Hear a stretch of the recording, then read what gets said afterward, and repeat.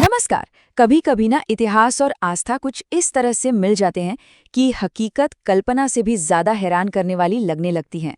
आज हम 9वीं सदी के भारत की एक ऐसी ही कहानी में चलेंगे, एक ऐसे मंदिर की कहानी जिसकी नींव एक राजा के सपने में रखी गई थी। जरा सोचिए, एक राजा, उससे आया एक दैवीय सपना और फिर एक मंदिर जो सिर्फ एक रात में बनकर तैयार हो गया।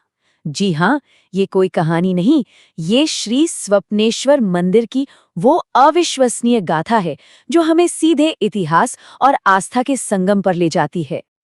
तो चलिए समय में थोड़ा पीछे चलते हैं। बात है 9वीं सदी की। उस दौर में पुरी पर केशरी वंश का राज था और ये वंश शिव शक्ति के बहुत बड़े उपासक माने जाते थे।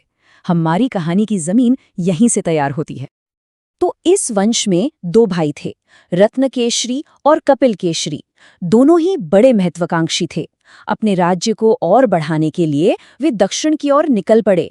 बड़े भाई रत्नकेशरी ने छत्तीसगढ़ में अपना राज स्थापित किया और छोटे भाई कपिल केशरी ने जूनागढ़ में अपना किला बनाया।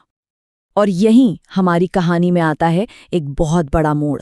अब बात होगी छोटे भाई राजा कपिल केशरी की, जिनके एक अनुभव ने इतिहास का रुख ही मोड़कर रख दिया। एक रोज की बात है, राजा कपिल केशरी अपने सैनिकों के साथ शिकार पर निकले थे। शिकार करते करते वो बेलसरा के इतने घने जंगल में पहुंच गए कि रास्ता ही भटक गए। जंगल बहुत बड़ा था, शाम ढल चुकी थी, तो उन्हें मजबूरन वहीं रात गुजारने के लिए अपना कैंप लगाना पड़ा। उसी रात जब राजा गहरी नींद में थे, उन्हें एक सपना आया। सपने में स्वयं महादेव ने उन्हें आदेश दिया, तुम्हारे तंबू के पास जो एक बड़ा सा टीला है, मैं उसी में हूं, जाओ और मेरा अभिषेक करो। ये सपना इतना साफ, इतना शक्तिशाली था कि राजा की नींद खुल गई। सुबह होते ही राजा ने ठीक वैसा ही किया जैसा सपने में आदेश मिला था। उन्होंने अपनी सेना को पास की नदी से पानी लाने को कहा। फिर उस पानी से उस बड़े से टीले का अभिषेक किया गया और फिर एक चमत्कार हुआ। उस टीले से स्वयं महादेव लिंग रूप में प्रकट हो गए। लेकिन ये चमत्कार तो महज एक शुरुआत थी। इसके बाद जो हुआ उसने आस्था और इतिहास दोनों को हमेशा के लिए बदल दिया।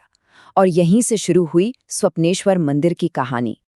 कहते हैं कि राजा की भक्ति देखकर देवता इतने खुश हुए कि उन्होंने एक और चमत्कार कर दिया। सिर्फ एक रात में, जी हाँ, सिर्फ एक रात में दिव्य शक्तियों ने लाल लालेट पत्थर से वहां एक शानदार मंदिर बना दिया। और बात सिर्फ मंदिर की नहीं थी। उसी एक रात में मंदिर के चारों ओर पूरे 72 तालाब भी अपने आप बन गए। जब सुबह राजा ने ये सब देखा तो उनकी आंखें खुली की खुली रह गईं। तो जाहिर है राजा ने उस दिव्य स्वप्न के सम्मान में इस जगह का नाम रखा श्री श्री स्वप्नेश्वर बाबा मंदिर। स्वप्नेश्वर मतलब स्वप्न के ईश्वर। ये नाम सीधे सीधे उस घटना की याद दिलाता है जिससे इस मंदिर का जन्म हुआ। इस चमत्कार से राजा इतने प्रभावित हुए कि उन्होंने एक बहुत बड़ा फैसला लिया। उन्होंने अपनी राजधानी जूनागढ़ से बदलकर इसी पवित्र जगह को बना लिया और इसका नाम रखा बेलसरागढ़। मंदिर के पास ही एक बड़ा महल, भंडार घर और देवी की पूजा के लिए एक गुफा मंदिर भी बनवाया गया। इस दिव्य शुरुआत के बाद केशरी वंश ने एक लंबा और शानदार शासन किया। लेकिन कहते हैं ना, हर कहानी की तरह इस वंश के उठने के बाद इसके गिरने का वक्त भी आया। राजा कपिल केशरी का बसाया हुआ ये साम्राज्य पूरे 16 पीढ़ियों तक चला। सोचिए, 16 पीढ़ियां, एक अटूट वंश जो एक सपने से शुरू हुआ था और जिसका अंत हुआ राजा देव केशरी के शासन में। तो इस वंश का पतन कैसे हुआ? वजह बना एक गहरा संघर्ष।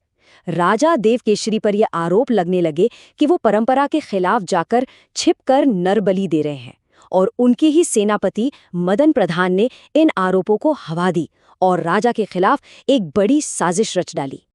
ये साजिश बहुत ही सोची समझी और क्रूर थी। सेनापति मदन प्रधान ने जमींदारों और सैनिकों को अपने साथ मिला लिया और जब राजा जूनागढ़ में थे, उन पर धोखे से हमला करके उनकी हत्या कर दी गई। इसके बाद साजिश करने वालों ने राजधानी बेलसरागढ़ पर भी धावा बोल दिया। और इस हमले के बीच एक और दुखद कहानी जुड़ी है। बड़ी रानी जब अपनी जान बचाने के लिए भाग रही थीं, तो उन्होंने अपने सम्मान की रक्षा के लिए एक नाले में कूदकर सती होना बेहतर समझा। आज भी उस जगह को रानी बूढ़ा के नाम से जाना जाता है, मतलब रानी के कूदने की जगह। तो इस तबाही और धोखे के बाद उस महान साम्राज्य का क्या बचा? चलिए देखते हैं कि क्या-क्या लुट गया और क्या है जो आज भी बाकी है। लुटेरों ने शाही हथियार, सोना, जवाहरात, मतलब राज्य का पूरा खजाना लूट लिया। लेकिन सबसे बड़ा नुकसान था ऐतिहासिक दस्तावेजों का, जिनके साथ उस वंश का लिखा हुआ इतिहास भी हमेशा के लिए खत्म हो गया। महल और दूसरी इमारतें भी तोड़ दी गईं। लेकिन कमाल की बात यह है कि इस लूटपाट में भी कुछ चीजें चमत्कार की तरह बच गईं, जैसे हाथियों की भारी भरकम बेड़ियां और कुरल गड़ू जैसे पूजा के सामान, जिन्हें लुटेरे शायद उठा ही नहीं पाए। और हाँ, महल के वो खंडर जो आज भी उस दौर की कहानी कहते हैं। सदियां गुजर गईं, लेकिन लगता है उस सपने की शक्ति कभी खत्म नहीं हुई।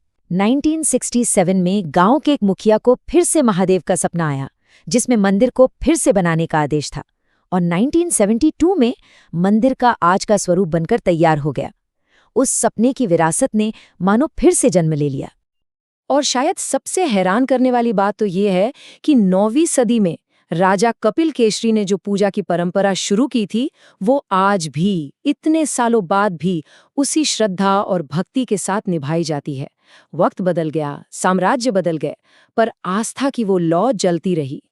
तो ये सिर्फ इतिहास का कोई सूखा पन्ना नहीं है।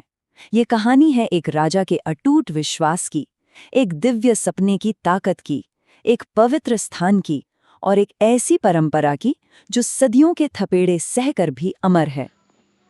हर हर महादेव।